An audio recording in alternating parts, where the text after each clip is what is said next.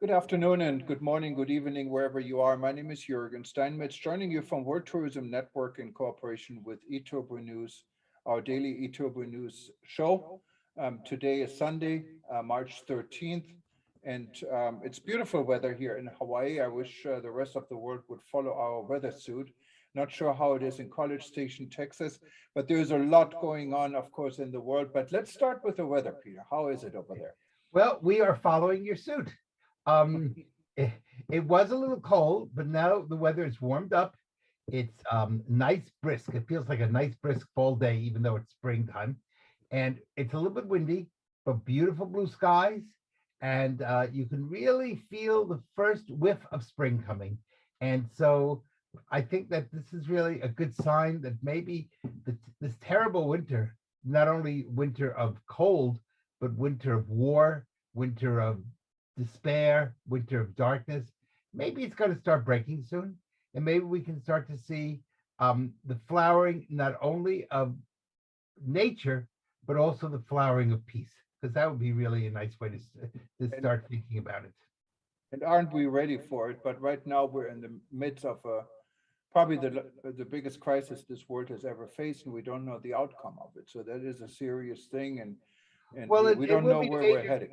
it will be a major crisis if we have an atomic war. Of course, today we had missiles come very close to the Polish border, which is a NATO country, and Jake Sullivan, the security advisor for the president, or national security advisor, said that if any part of NATO is attacked, he would bring in Article 5. I don't know if that's really will happen or not, but at least there's been a lot of threatening. Of course, there's also threatening of a not only an atomic war, but of biological war or some form of gas to be used against to kill people. So And none of those Putin, are of good. course, is testing the waters. He wants Yes, to of know course. how far he can go. I encourage everyone. There is a documentary I watched last night, and unfortunately, I don't call the name, but it's on. If you have Prime Video from Amazon, that's why I found it, and it's one of the most popular right now. And it gives you a lot about the history of Putin of and how he thinks. And Peter, I tell you, it is scary. But Yeah. in any ways, I mean, the world is going on, at least for right now, and Yes, it is. So tourism is far, they actually, have not blown up Europe. and Um, tourism, of course, is has some positive outlook with Corona, at least I would say the attempt to bring Corona under control, even though in Europe we had record infection numbers, people are traveling and borders are open and everything seems to be normal. And it kind of becomes a calculated risk, I think, Corona. So people are not talking that much. And but then, of course, we're well, I going think the to, Ukraine. I think we have to be careful because if the Ukraine were not going on right now, and there were not a war in the Ukraine, would that would Corona have more time in the media, or has the Ukraine actually just kind of snuffed out, other issues? For example, we have a big issue in the United States, a terrible issue of the fentanyl crisis, and the fact that we have literally enough fentanyl came in last year to kill every man, woman, and child in the United States, and we've had almost 100,000 young people die because of overdoses with fentanyl, and that has barely gotten media, and yet that's truly, that's a second war that we're not even beginning to talk about. So I think the Ukraine crisis has kind of knocked everything else off the yeah, and media. that's the good thing out of this Ukraine crisis. It kind of beat COVID within a week. So Yes. it's probably the only positive thing. But eTurbo News and specifically World Tourism Network, we have been on the forefront when it comes to tourism and this crisis. We had Ivan Leptuga. He is the head of the Ukraine Tourism Association on our event several times. Right. Just for those that watched us, he's currently in Odessa, and we all know Odessa is has not been directly hit Yes. by the Russians, but it is unfortunately expected. He was able to bring two of his four kids out of the country. They're in Moldova, and he, with his two elder sons, then young teenagers, but they're over 18, of course, cannot leave the country and are ready to fight. So it's a very tragic situation. Yes. Today we had a very famous war journalist, a journalist from the United States. Was, He's from Arkansas. He got killed. was murdered by the Russians. He was murdered by the Russians. So this thing is definitely going on. Now, what we did at World Tourism Network, we started our Scream for Ukraine campaign. And actually, Ivan came up with this word, and I thought with this word, and I thought it's such a powerful word because the world should scream. We should scream out about it and see what we can do from our end to show solidarity and keep the tourism industry alive in this aspect. And what it will be, we don't know, but we started our campaign. You can see it at WTN.travel. Just click on the very prominent link for screen, or you can just go to any page on eTurbo News and your banner is right on top of it. Yeah, Just clean up, as click on much it. as I think we all should support this. I think we have to move from just screaming to doing. And so I think, the screaming is important because it gets out your emotions and your feelings, but the people in Ukraine are going to need our help. So one of the things I think that we ought to consider and ask all our members to join with us is to create a task force that will help Ukraine rebuild once the war is over. Because at some point the war will come to an end. There will be people living in Ukraine. They're going to need a lot of expertise. They're going to need a lot of help. And that help can be, they seem to be doing quite well with people donating money, and we sure should continue to do that. But the money can only take you so far. They're going to need, they have people who care. They're going to have people who come to support.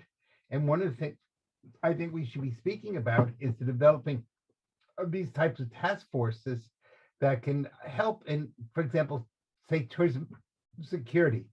That's going to be a big issue for Ukraine. How do we get people there to feel secure in a post-war situation? So these are areas that we can be working on. We can be working on new forms of marketing, of rebuilding, of publicity, of ecology, of, well, I can't even say beautification because most of the cities are destroyed, but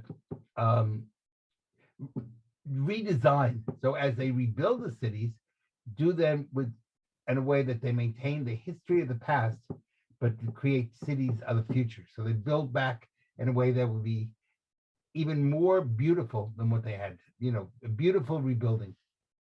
Yeah, and Peter, of course, that is all important. And I think really what we wanted to do, this task force, I think it's an excellent idea, but keep it open. So when you go to our campaign at World Tourism Network, you can actually send ideas. You can send activities you have been involved in. I know Skal, for example, as I mentioned in the beginning, is directly involved in helping refugees in Romania, that is called Romania. So there might be many such activities. Yesterday, I got feedback from WTTC about why not putting a portal together of people when people need to be located on both sides. That could be something what could be supported. And of course, we cannot do it alone. We can come up with ideas and we can try to locate others that can actually We can implement these publicize those ideas. ideas so together we can work together. And one of the things that might be great is I know that everyone listening, I'm sure, wants to become a member of the World Tourism Network. And then when they put in their membership or right on the Screen for Ukraine page, if they have an idea or if they have a talent, tell us your talent. Tell us what you can do well. And then we can go through those talents and say, hey, we can create this task force because we got 20 people who are willing to do this, or 20 people who understand how you bring back agriculture, or how you paint buildings, or whatever it happens to be. But we're going to need a brain trust. And the more brains we put together, the tourism world has suffered too much from COVID. I don't think it can afford to give money, but others can give money. But we can give ideas, concepts, and tourism is not only a way to rebuild economies, but it's also a way to give people hope and it's a way to reconnect people around the world. And the Ukraine's going to need a lot of reconnecting. And tourism is about this personal relationship. If everyone had this personal relationship, there wouldn't be any war. That's why we say it's a custodian of peace. And of course, it's not going to work if you have a brutal dictator someplace who wanted to just destroy things because of his own ideas. But yes, Peter, I think this is a wonderful idea to collect this information. We can start small. Maybe we're going to make a difference. Maybe we don't make a difference, but it's definitely worth a try. Well, And the real, our job is to inspire people to think. And our job is to get people to come up with creativity. And if we do this, the tourism industry has faced now a lot of issues. We've faced the COVID issue, and hopefully we're getting somewhat in front of that issue, and putting that behind us. We're facing terrible issues of worldwide inflation, and that's causing major price rises. Some really funny jokes, but lots of and it's good that people can smile. We're facing shortages around the world. We're facing supply chain issues, and all of these are directly impacting the tourism industry. We've seen a real falling of customer service, and again, these all become problematic. And so, if we can begin to find hope, do something, show some way of creativity, then we won't solve every problem, but you can't go 1,000 miles until you take the first step. And so we need to begin to take those first baby steps. And then once we can crawl, then we can walk. Once we can walk, we can run. exactly.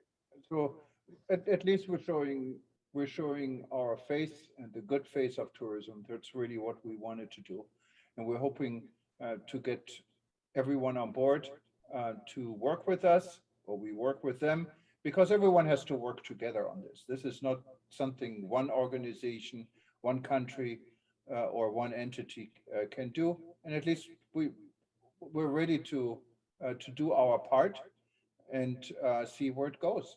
So basically, if you want to know about it, all you need to do is go to any page on eTurbo News. You see the banner right on top, or you go to WTN.travel and you see the link right on top. Just click on it, and you can contribute to it in with ideas, and let us know who The you other are, thing is, and all of this. if our listeners are members of an organization, anything that has to do with tourism, maybe it's a local travel organization or whatever, try to get your organizations to become part of World Tourism Network so that we can represent everyone together.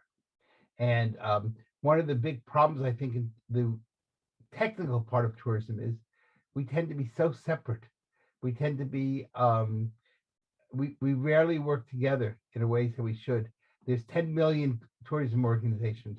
And that's one of the reasons behind WTN, is trying to find some way that small and medium-sized businesses can come together and as private enterprise, so that we can make a difference in public policy and public perception. And that's why we're not really another organization. We are a network, and a network combines things, and that's really what our goal is. And so let's see where this all goes. We're going to have another busy, uncertain week in front of us. Let's face it, because you cannot run away from it. It is what it is. Right. And I guess we're going to talk. I guess in a we'll day or see two. I think we're going to see one of two things next week. I'm going to be lecturing in, it's kind of the world coming together. I'm going to be in Guadalajara, Mexico, lecturing about medical tourism and the impact of COVID on tourism. So there's that side of it, but we're either going to see, I think, the beginnings of an outline of peace of what Russia and Ukraine can accept, or we're going to see a major spreading of the war that's going to impact a lot of Europe. And I don't think it'll be down the middle. I think it'll be one way or the other. So in that sense, you're really right. The world is kind of on a precipice, and we're going to be interesting to see if we move towards peace or we move towards a world war. And let's hope it's the former and not the latter.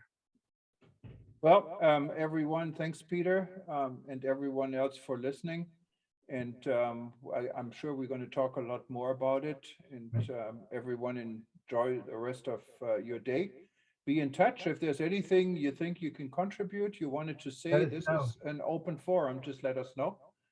And And for I the can many, only, and as you know, in the United States, today we switched the time, it became daylight savings time. And that means that there's lots more light in the afternoon. So let's bring the light of sunshine now to the light of tourism. exactly. Well, I can only say aloha. This is one of the Okay. states where we didn't change the time, so things are getting even This more is one of the confusing few, yes, in yes, our part of the world. yes. But all the best, and we talk to you all soon. All right, howdy, as we say in Texas. Y'all be good and y'all come back. Okay. Bye-bye. Bye-bye.